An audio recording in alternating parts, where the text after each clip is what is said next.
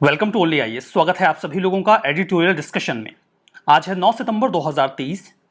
तो आज का डिस्कशन हम कंटिन्यू करते हैं। जैसा कि आपको सुमित सर ने लास्ट सेशन में बता ही दिया था कि वो एक हफ्ते के लिए अनअवेलेबल हैं और इस बीच में इन डिस्कशंस को मैं कंटिन्यू रखूंगा। जैसे ही वो वापस लौटेंगे वो इन सेशंस को रिज्यूम कर देंगे। तब तक के लिए हम इन सेशंस को कंटिन्यू करते हैं। आप सभी लोगों को पता है कि 9 और 10 सितंबर इंडिया के लिए बहुत ही ज़्यादा इंपॉर्टेंट है, क्योंकि इंडिया होस्ट कर रहा है G20 की समिट को। यानी कि आज का और कल का दिन बहुत ही ज़्यादा इंपॉर्टेंट रहेगा इंडिया के लिए। G20 की इस समिट को काफ़ी ज़्यादा मीडिया कवरेज है और इसके ऊपर बहुत सारे आर्टिकल्स पब्लिश भी किए जाएंगे जिन पर हम विस्तार से बात करेंगे। लेकिन आज हम 3 और इंपॉर्टेंट आर्टिकल्स के ऊपर चर्चा करने वाले हैं, जिसमें जो हमारा पहला आर्टिकल होगा वो इंडिया आसियान समिट के बारे में होगा। इंडिया आसियान समिट के ऊपर हम विस्तार से बात करेंगे, जो कि G20 समिट के जस्ट पहले हुआ। G20 की मीडिया हाइप में इंडिया आसियान समिट कहीं दरकिनार सा हो गया और इसके ऊपर बहुत कम लोगों का ध्यान गया। लेकिन क्या इंडिया ने इस समिट को इंपॉर्टेंस दी? आसियान इंडिया के लिए क्यों इंपॉर्टेंट है और क्या इश्यूज हैं जो अभी भी आसियान की कंट्रीज के साथ इंडिया के बने हुए हैं? इन सभी मुद्दों पर विस्तार से बात करेंगे इस आर्टिकल में। जो हमारा दूसरा आर्टिकल होगा वो हीट वेव्स के बारे में होगा। हीट वेव्स बहुत कम डिस्कस किए जाने वाला मुद्दा रहता है, हालांकि इसके इन्वायरमेंटल और ह्यूमन हेल्थ के ऊपर बहुत ज़्यादा निगेटिव इम्पैक्ट्स होते हैं। स्पेसिफिकली अगर जो इसका कोरिलेशन है ओजोन गैस के साथ उसे देखा जाए तो ये काफ़ी अनएक्सप्लोर्ड मुद्दा रहता है।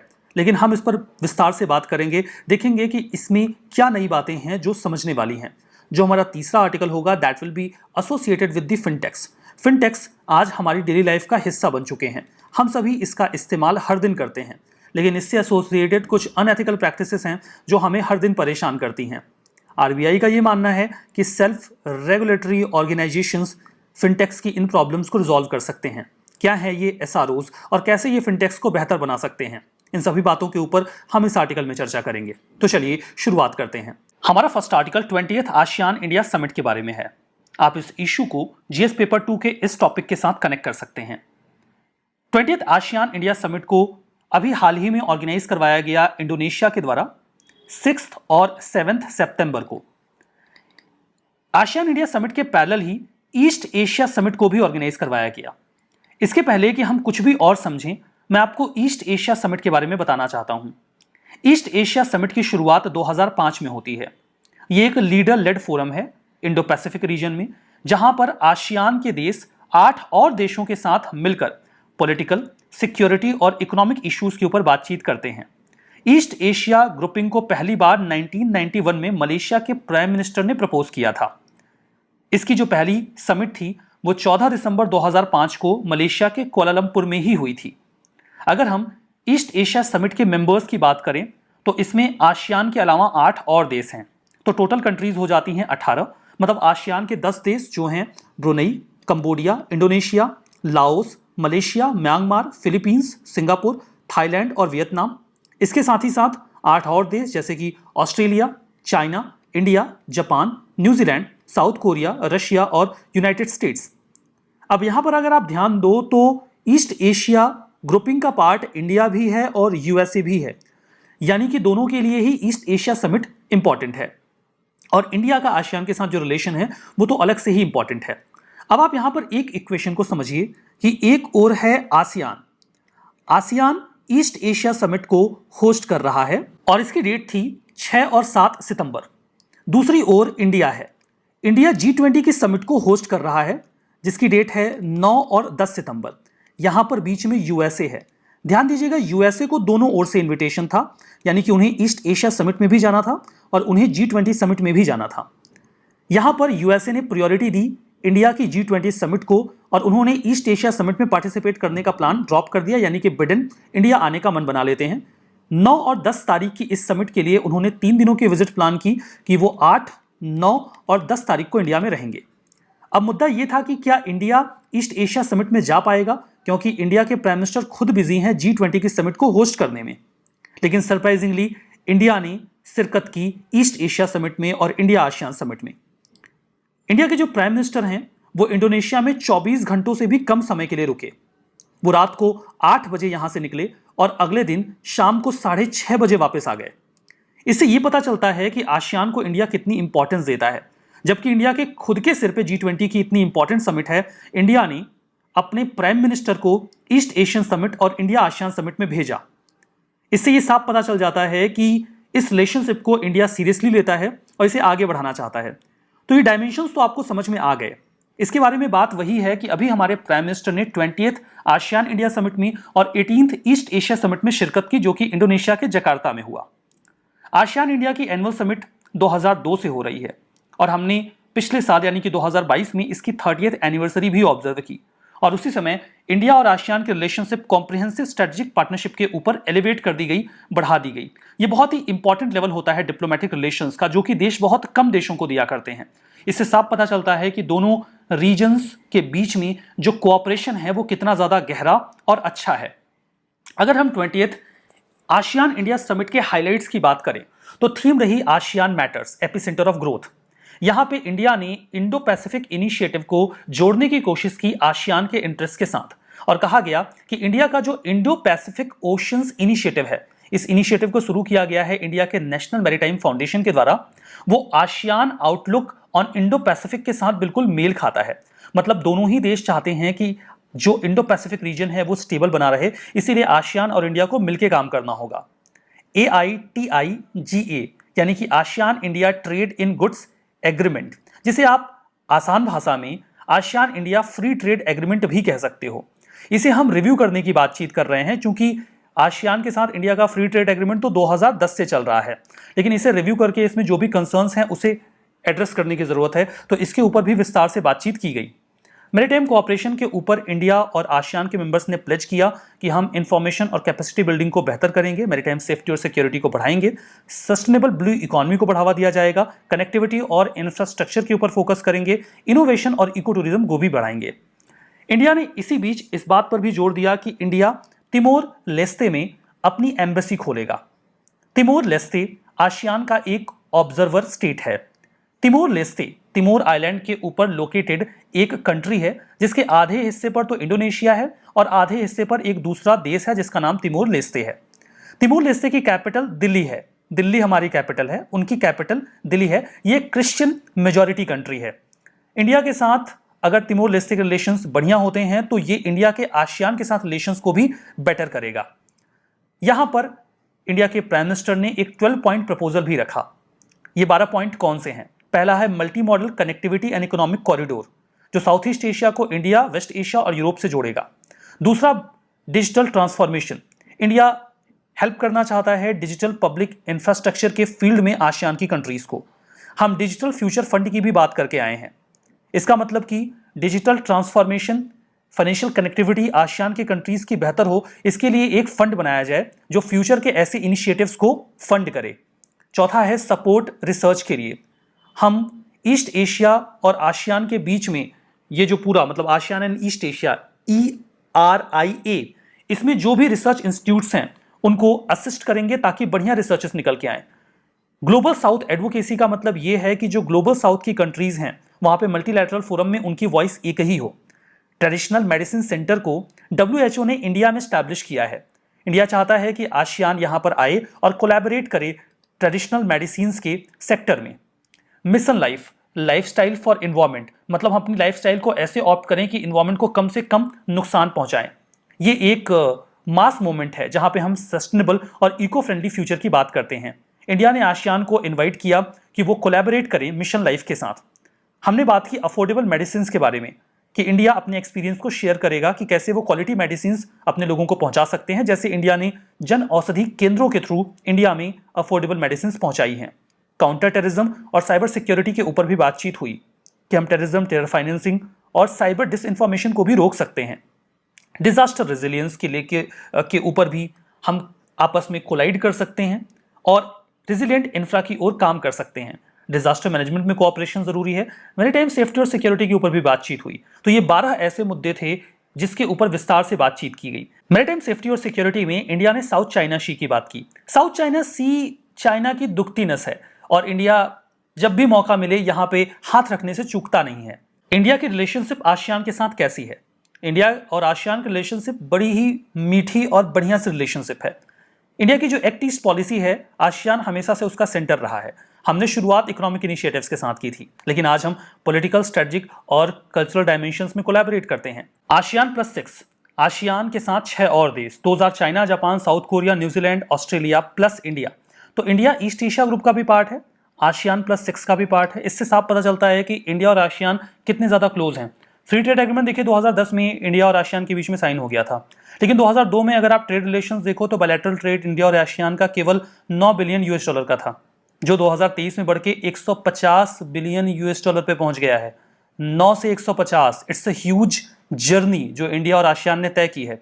इकोनॉमिक सिग्निफिकेंस की बात करें तो ये दोनों मिलकर यानी कि इंडिया और आसियान दुनिया के जीडीपी का 7% कंट्रीब्यूट करते हैं और ग्लोबल पॉपुलेशन का 26%। ये जो ग्रुपिंग है, ये जो एसोसिएशन है, इसे हल्के में नहीं लिया जा सकता। डिफेंस टाइज की बात करें तो पहला आसियान इंडिया मैरीटाइम एक्सरसाइज 2023 के मई में हुआ। इंडिया और सिंगापुर ने अभी बायलैटरल एग्रीमेंट भी साइन किया है, जिसके तहत इंडिया की जो नेवी है वो लॉजिस्टिक्स सपोर्ट अवेल कर सकती है, जिसमें रिफ्यूलिंग भी शामिल है सिंगापुर के चांगी नेवल बेस से, जो कि डिस्प्यूटेड साउथ चाइना सी के बहुत नजदीक है। चाइना बड़ा परेशान होता है सिंगापुर और इंडिया की टाइज को लेकर, लेकिन सिंगापुर इंडिया का एक बहुत ही रिलायबल पार्टनर है। साथ ही इंडिया और कंबोडिया ने नवंबर 2022 में India ASEAN defence ministers meeting को भी कन्वीन किया था।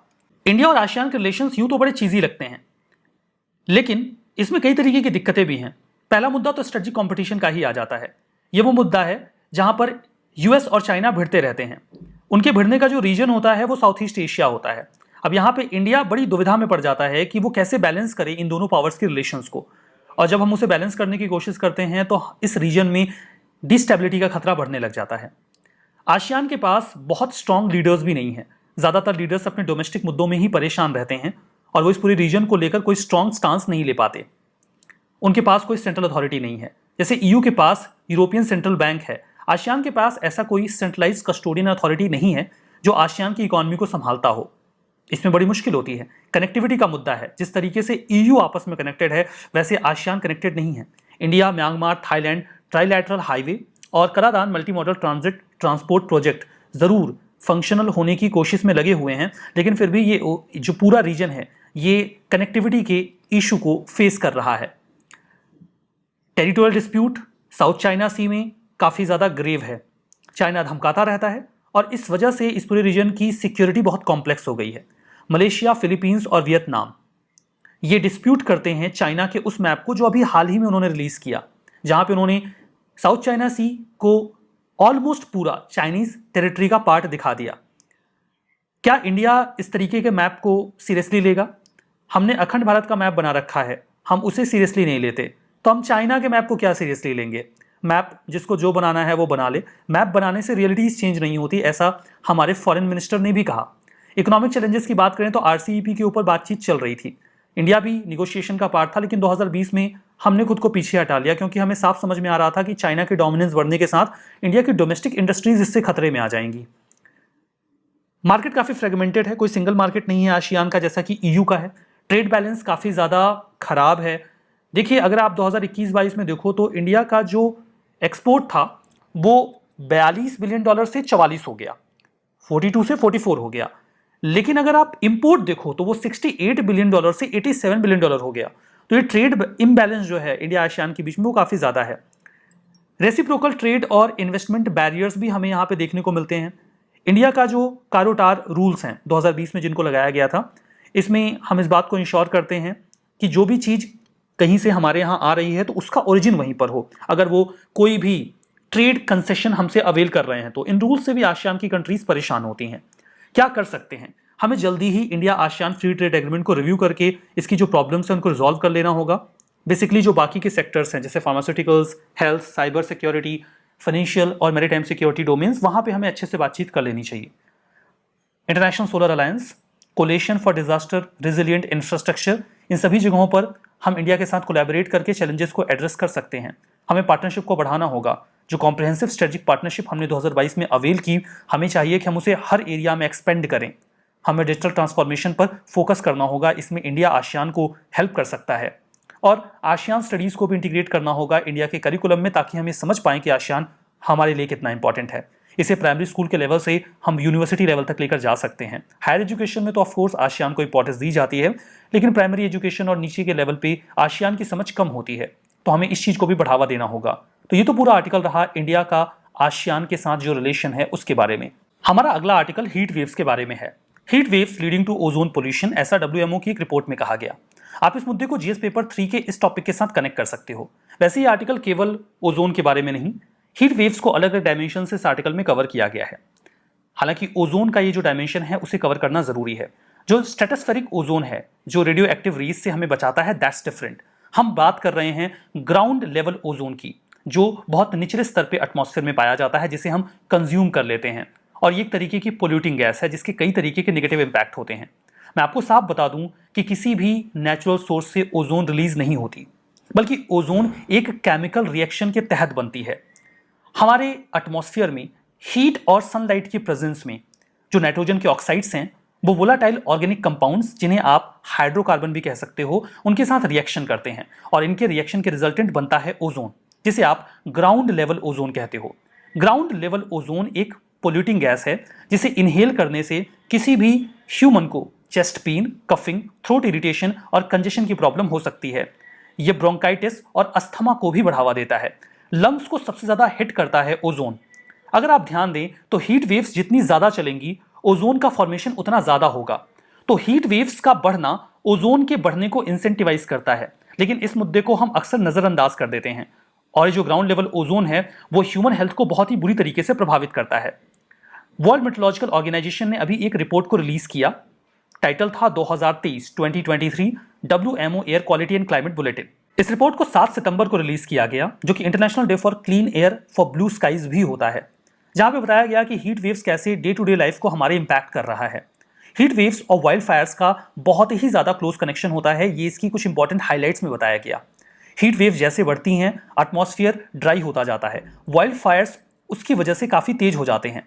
2022 में जो हीट वेव्स US और यूरोप में आई, उनकी वजह से डेजर्ट डस्ट के साथ साथ बहुत सारी जगहों पर जंगलों में आग लग गई। डेजर्ट डस्ट भी इसकी वजह से बढ़ते हैं। सीधा सा मामला है, ड्राई एटमॉस्फेयर होगा तो डेजर्ट्स के जो डस्ट हैं उनकी इंटेंसिटी बढ़ जाएगी। अगस्त का अगर आप सेकेंड हाफ देखो तो यहां पे काफी ज्यादा हाई इंट्रूजन रहा डेजर्ट डस्ट का मेडिटेरेनियन और यूरोप के रीजन में। ह्यूमन हेल्थ और वेलबींग पर भी इसका नेगेटिव इंपैक्ट होता है। ये एक ओर तो एयर क्वालिटी को वर्सन करता है, दूसरी ओर ह्यूमन हेल्थ, इकोसिस्टम, एग्रीकल्चर और हमारी डेली लाइफ को बुरी तरीके से नुकसान पहुंचाता है।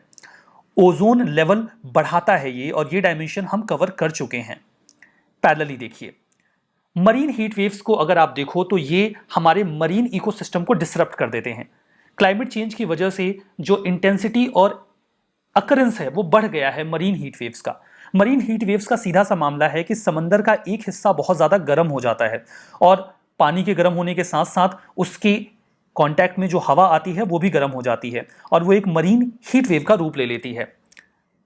अब देखिए, हीट वेव्स क्या हैं अगर आप इन्हें स्पेसिफिकली समझना चाहो तो सीधी सी बात तो ये है कि नॉर्मल से ज्यादा गर्मी बढ़ जाए। वर्ल्ड मेट्रोलॉजिकल ऑर्गेनाइजेशन इसे अपने तरीके से डिफाइन करता है। उनके लिए 5 या 5 से ज्यादा दिनों तक जो डेली मैक्सिमम टेम्परेचर है वो अगर 5 डिग्री सेल्सियस से ज्यादा है एवरेज के कंपैरिजन में, तो मान लिया जाएगा कि हीट वेव की सिचुएशन बन चुकी है। सो इन जनरल टर्म्स ये एबनॉर्मली हाई सरफेस टेम्परेचर है, सामान्य से ज्यादा गर्म वातावरण, that is heat wave. India में हीट वेव को कैसे डिक्लेयर किया जाता है? जो प्लेन एरियाज हैं वहां पर अगर टेम्परेचर 40 डिग्री सेल्सियस के ऊपर चला जाए और हिली रीजन में यह टेम्परेचर 30 डिग्री सेल्सियस के ऊपर चला जाए तो हम मान लेंगे कि हीट वेव आ गई है। कोस्टल रीजन में जो नॉर्मल टेम्परेचर है, अगर टेम्परेचर उससे 4.5 डिग्री सेल्सियस ऊपर है तो हीट वेव मान लिया जाएगा। हीट स्ट्रोक्स हीट वेव की एक इंपॉर्टेंट प्रॉब्लम है। अगर आप लंबे समय तक हीट वेव्स के कांटेक्ट में हैं तो हीट एग्जॉशन हो सकता है, जिससे रेस्पिरेटरी और कार्डियोवास्कुलर डिसीज हो सकती है। कार्डियोवास्कुलर डिसीज से हमारा मतलब यह है कि आपके हार्ट के साथ कनेक्टेड जो पूरा नर्व्स का नेटवर्क है वो प्रभावित होता है। इकोनॉमी को इंपैक्ट होता है, क्योंकि इंडिया में 70% या 75% काम करने वाले लोग ऐसे ओपन एटमॉस्फेयर में काम करते हैं जहां पर वो हीट वेव से एक्सपोज होते हैं, ऐसा UNEP का मानना है। जैसे कंस्ट्रक्शन वर्कर्स हैं, सैनिटेशन वर्कर्स हैं, या फिर डेली वेज लेबरर्स हैं, वो ऐसी ही गर्मी में काम करते हैं और वो एक्सपोज होते हैं हीट वेव्स के लिए। जैसे जैसे हीट वेव्स बढ़ती है, एग्रीकल्चर की प्रोडक्टिविटी कम होती चली जाती है। अर्बन हीट आइलैंड इफेक्ट भी बढ़ता है। बिल्डिंग्स, रोड्स, इंफ्रास्ट्रक्चर इस हीट को एब्जॉर्ब कर लेते हैं। जिससे उस पूरे पार्टिकुलर एरिया का जो टेम्परेचर है वो 1 से 7 डिग्री फ़ारेनहाइट तक गर्म हो जाता है। ये प्रॉब्लम्स हैं जो हीट वेव से एसोसिएटेड हैं। हम क्या कर सकते हैं? हमें हीट प्रिपेयर्डनेस प्लान बनाना होगा। हमें वल्नरेबल पॉपुलेशन को आइडेंटिफाई करना होगा और तैयार करना होगा उन्हें कि वो ऐसे हीट वेव्स को बेयर कर सकें। क्या कर सकते हैं हम इसके लिए? हम कूलिंग सेंटर्स खोल सकते हैं। कूलिंग सेंटर क्या होता है? कुछ ऐसे आप शेडेड प्लेसेस बना दो जगह जगह पे, जहाँ पे पंखे लगे हों, कूलर लगे हों, स्पेसिफिक केसेस में एसी लगा हो, जहाँ पर वो बैठ के थोड़ी देर आराम कर सकें, जिससे वो हीट वेव से बच पाएं। हमें अर्बन हीट आइलैंड इफेक्ट को कम करना होगा। इसके लिए हमें कूल और ग्रीन रूफ्स तैयार करने होंगे, हमें पावरमेंट्स बनाने होंगे, ट्रीज को प्लांट करना होगा, एनर्जी इफिशियंसी के ऊपर भी हमें फोकस करना होगा। हमें क्लाइमेट मैपिंग करनी होगी रेजिलियंस और एडेप्टेशन पोर्टल के जरिए। आप एक पोर्टल बनाओ जिसमें आप बता दो कि कौन कौन सा ऐसा एरिया है जो ज़्यादा हीट वेव के चपेट में है, लोग सावधान हो जाएंगे। इसके अलावा आप कुछ और भी चीज़ें बता सकते हो, जैसे wildfire, drought, flooding, extreme heat कहाँ पर कितनी ज़्यादा है, आप ये पूरा बता दो तो लोग ज़्यादा अवेयर हो जाएंगे। सेंडाई फ्रेमवर्क जो 2015 में तैयार किया गया था 2030 के लिए, हम इसे इंप्लीमेंट करते हैं ताकि डिजास्टर्स को कंट्रोल कर सकें, उनसे बच सकें। डिजास्टर रिस्क रिडक्शन के ऊपर फोकस है सेंडाई फ्रेमवर्क का, जहां पर सभी स्टेक होल्डर्स के साथ इंक्लूडिंग एनजीओज, गवर्नमेंट कोलैबोरेट करती है। हमें इसे थोड़ा और इफेक्टिव बनाना होगा हीट वेव्स के पर्सपेक्टिव से भी। हमें एक अर्ली वार्निंग सिस्टम डेवलप करना होगा। हम पहले बता दें कि हीट वेव्स अब इफेक्टिव हो गई हैं, ताकि जो लोग भी हीट वेव्स की चपेट में आने वाले हैं वो खुद को तैयार बना लें। और सबसे इंपॉर्टेंट बात, हीट वेव्स इंडिया में अभी भी एक नेचुरल डिजास्टर नहीं माना जाता। जैसा कि मैंने आपसे शुरू में कहा था, लोग इसे बिल्कुल से इग्नोर मार देते हैं। इंडिया का सेकंड मोस्ट लीथल डिजास्टर है ये, लेकिन हम इसे डिजास्टर मानते ही नहीं है, जबकि हर साल बहुत सारे लोग इसकी चपेट में आते हैं और मारे जाते हैं। हम एक बार इसे एक नेचुरल डिजास्टर डिक्लेयर कर देंगे तो authorities heat wave action plan तैयार कर पाएंगी, उसे इंप्लीमेंट कर पाएंगी, चीजें आसान हो जाएंगी। तो हीट वेव्स के बारे में ये रहा पूरा आर्टिकल। हमारा अगला article self regulatory organisation for fintechs के बारे में है। आप इस मुद्दे को जीएस पेपर 2 के इस टॉपिक के साथ एसोसिएट कर सकते हैं। यह आर्टिकल इंडियन एक्सप्रेस से डिराइव्ड है। इसके पहले कि हम आगे बढ़ें, हमें समझना होगा कि फिनटेक कंपनीज क्या होती हैं। फिनटेक ये दो वर्ड से मिलकर बना है। फिन यानी कि फाइनेंशियल और टेक यानी कि टेक्नोलॉजी। फिनटेक कंपनीज ऐसी कंपनीज होती हैं जो आपको फाइनेंशियल सर्विसेज देने में मदद करती हैं, और ऐसा करते वक्त वो टेक्नोलॉजी का सहारा लेते हैं। फिनटेक कंपनीज ऐसी कंपनीज हैं जो आपको फाइनेंशियल सर्विसेज या एप्लीकेशंस ऑफर करते हैं और वो टेक्नोलॉजी के ऊपर बहुत ज़्यादा रिलाय करते हैं। इसका एकदम सीधा सा एग्जाम्पल है कि हम हर दिन कई सारे पेमेंट ऐप्स का इस्तेमाल करते हैं, जैसे कि गूगल पे, फोन पे या पेटीएम। ये फिनटेक कंपनीज के एग्जाम्पल हैं। कई सारे ऐसे एप्लीकेशंस हैं जो आपको ऑनलाइन लोन दे देते हैं, ऑनलाइन ट्रेडिंग के ऑप्शंस देते हैं। ये सारी ही फिनटेक कंपनीज हैं। ये फाइनेंशियल प्रोडक्ट प्रोवाइड करवाने के साथ साथ इन्होंने काफ़ी ज़्यादा बैंकिंग सर्विसेज को भी ईजी बना दिया है। इनकी फीस कई दफ़ा काफ़ी कम होती है। ये सर्विसेज बहुत तेज़ी से प्रोवाइड करवा देते हैं, और ये जो सर्विसेज देते हैं वो कंपैरेटिवली पर्सनलाइज्ड होती हैं। जो आप चाहते हैं वो सर्विस आपको मिल जाती है।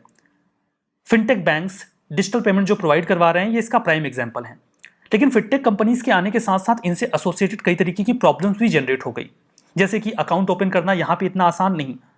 कई बार अकाउंट रिजेक्ट कर दिए जाते हैं, सिस्टम इनका आसानी से लोड नहीं होता, पेमेंट्स कैंसिल हो जाती हैं और रिफंड मिलने में बड़ी मुश्किल आ जाती है।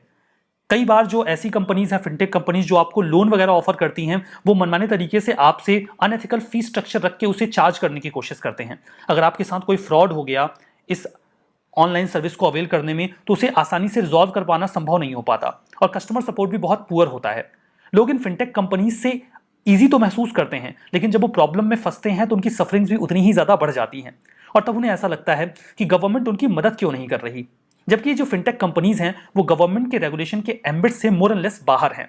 जो एग्जिस्टिंग रेगुलेशंस हैं वो इनके ऊपर भी लगते हैं, लेकिन जो टेक्नोलॉजी एसोसिएटेड रेगुलेशंस हैं वो उनके ऊपर अभी उतने इफेक्टिवली एप्लीकेबल नहीं है। आरबीआई काफ़ी लंबे समय से एक्सप्लोर कर रही थी कि इन फिनटेक कंपनीज को कैसे कंट्रोल में लिया जाए और क्या किया जाए। इसी रेफरेंस में आरबीआई के गवर्नर शक्तिकांत दास जी ने फिनटेक एंटिटीज से कहा कि आप एक सेल्फ रेगुलेटरी ऑर्गेनाइजेशन बनाइए। क्या है ये एसआरओज? उनका ये मानना है कि एसआरओज जो होंगे वो कोड ऑफ कंडक्ट डिसाइड करेंगे अपने मेंबर्स के लिए। इससे फिनटेक कंपनीज में ट्रांसपेरेंसी बढ़ेगी, कंपटीशन बढ़ेगा और कस्टमर प्रोटेक्शन भी बढ़िया हो जाएगा। ये एक वॉचडॉग की तरह काम करेगा, जो उनको बताएगा कि आप थोड़ा रिस्पॉन्सिबल रहिए और एथिकल प्रैक्टिसेस ऑप्ट करिए।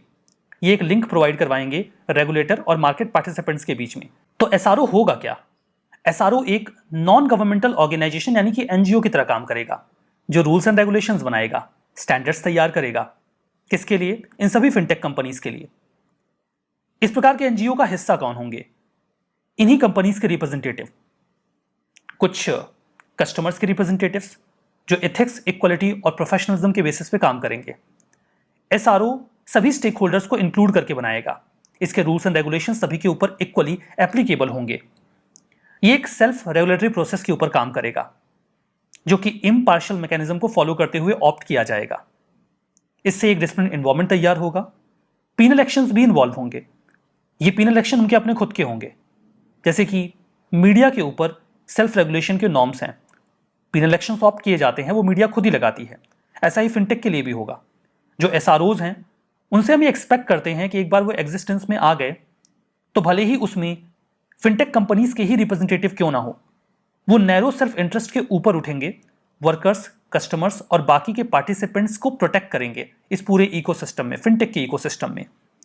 जो रेगुलेशन, स्टैंडर्ड्स और डिस्प्यूट रिजोल्यूशन तैयार किए जाएंगे वो म्यूचुअल एग्रीमेंट के तहत लेजिटिमेट होंगे। मतलब सभी ने अपने रिप्रेजेंटेटिव्स इस एसआरओ में भेजे हैं, तो सभी ये मानते हैं कि जो भी डिसीजन ये एसआरओ लेगा वो उसे फॉलो करेंगे। ध्यान दीजिएगा कि जो एग्जिस्टिंग रेगुलेटरी फ्रेमवर्क हैं आरबीआई के, ऐसा नहीं कि एसआरओ के बन जाने के बाद वो रेगुलेशंस लागू नहीं होंगे। ये एसआरओ उन रेगुलेशंस का रिप्लेसमेंट नहीं है, ये केवल उन्हें सप्लीमेंट करेगा। मतलब जो एग्जिस्टिंग रेगुलेशंस हैं वो तो रहेंगे ही, एसआरओ एक एडिशनल एथिकल फ्रेमवर्क बना के फिनटेक कंपनीज की प्रैक्टिसेस को और बेहतर बना देगा। तो क्यों जरूरत है हमें एसआरओज की? कई सारे ऐसे इंस्टेंस देखे गए हैं जहां पर fintech companies unethical practices opt करती हैं, बहुत ज्यादा इंटरेस्ट रेट चार्ज करती हैं जब भी वो बोरोवर्स को लोन दे देते हैं, और कई बार तो लोन को रिकवर करने में वो उनको हैरेस भी करते हैं। शंकर जी का ये कहना है कि हमें इन मुद्दों को प्रोएक्टिवली एड्रेस करना होगा। फिनटेक मार्केट में इंटीग्रिटी, कंडक्ट और डेटा प्राइवेसी को ध्यान में रखना होगा। साइबर सिक्योरिटी, रिस्क मैनेजमेंट भी एसआरओ का इंपॉर्टेंट पॉइंट होना चाहिए। इससे कंज्यूमर्स, इन्वेस्टर्स और रेगुलेटर के बीच में एक ट्रस्ट बिल्ड होगा और लोग भरोसा करेंगे इन फिनटेक कंपनीज के ऊपर। आरबीआई के गवर्नर शक्तिकांत दास जी का यह मानना है कि जो फिनटेक्स हैं वो इंडस्ट्री की बेस्ट प्रैक्टिसेस को ऑप्ट करेंगे। प्राइवेसी फॉलो की जाएगी, डेटा प्रोटेक्शन नॉर्म्स फॉलो होंगे, इससे मिस सेलिंग नहीं होगी और एथिकल बिहेवियर फॉलो होगा। वॉलंटरी कंप्लायंस मैकेनिज्म होने की वजह से इनके ऊपर कोई प्रेशर नहीं आएगा। अच्छा है ना, इसके बजाय कि आरबीआई इन फिनटेक कंपनीज का गला दबाए, ये खुद अपना गला दबाएं। क्योंकि जब आप अपना गला खुद दबाएंगे तो आपको पता है कि कब गले को ढीला करना है कि आपकी सांस रुके ना। कोई और आपका गला दबा रहा है तो वो इतना भी दबा सकता है कि सांस रुक जाए और आप मर जाएं। आरबीआई ऐसा नहीं चाहती कि आरबीआई को इन फिनटेक कंपनीज का गला दबाना पड़े। इससे बेटर है कि वो सेल्फ रेगुलेटरी ऑर्गेनाइजेशंस के जरिए खुद अपना गला दबाएं और खुद को खुद ही कंट्रोल में रखें। इस कॉन्टेक्स्ट में देखा जाए तो फिनटेक कंपनीज एक नया और इवॉल्विंग सेक्टर है। उनके पास काफी अच्छी अंडरस्टैंडिंग है मार्केट की और टेक्नोलॉजी की। खुद को रेगुलेट करने के लिए वो सबसे ज्यादा सूटेबल एंटिटी हैं। वो कॉमन रूल्स तैयार करें, उन्हें इन्फोर्स करें और डिस्प्यूट्स को एड्रेस करें, ये सबसे अच्छा तरीका होगा। एसआरओ क्या काम करेगा? वही बात जो अभी हम कर रहे हैं। ये टू वे कम्युनिकेशन चैनल की तरह होगा, जो एक और तो मेंबर्स जैसे कि फिनटेक एंटिटीज और आरबीआई को आपस में कनेक्ट कर देगा। ये मिनिमम बेंचमार्क तैयार करेंगे। ऐसा नहीं कि इतने सारे रेगुलेशंस लगा दिए कि फिनटेक कंपनीज काम ही नहीं कर पा रही हैं। ये प्रोफेशनलिज्म और हेल्दी मार्केट बिहेवियर तैयार करेंगे। ये स्टाफ को ट्रेन करेंगे। यूनिफॉर्म ग्रीवांस रिड्रेशल मैकेनिज्म होगा। अंत में आरबीआई के गवर्नर ने यह कहा कि कोई भी ऐसी एंटिटी है जो एसआरओ बनने में इंटरेस्टेड है तो वो आरबीआई को अप्लाई करें। एक बार आरबीआई को लगा कि ये एंटिटी एसआरओ बनने के लिए सूटेबल है तो वो उसे रिकॉग्नाइज कर लेंगे और वो इन फिनटेक कंपनीज को रेगुलेट कर सकते हैं। तो ये तो पूरा मामला रहा फिनटेक कंपनीज का। उम्मीद करते हैं ये सेशन आपके लिए बेनिफिशियल रहा होगा। तो मिलते हैं कल के सेशन में कुछ नए और इंपॉर्टेंट आर्टिकल्स के साथ। तब तक के लिए बहुत बहुत धन्यवाद।